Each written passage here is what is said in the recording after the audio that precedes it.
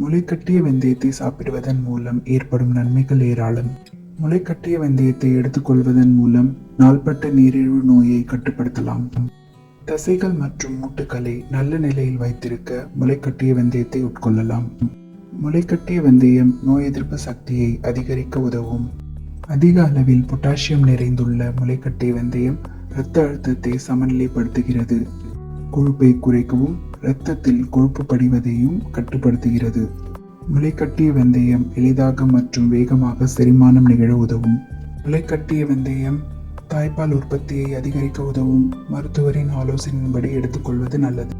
தலைமுடி உதிர்வு அதிகமாக இருந்தால் இந்த வெந்தயத்தை அரைத்து பூசி குளித்து வந்தால் தீர்வு கிடைக்கும்.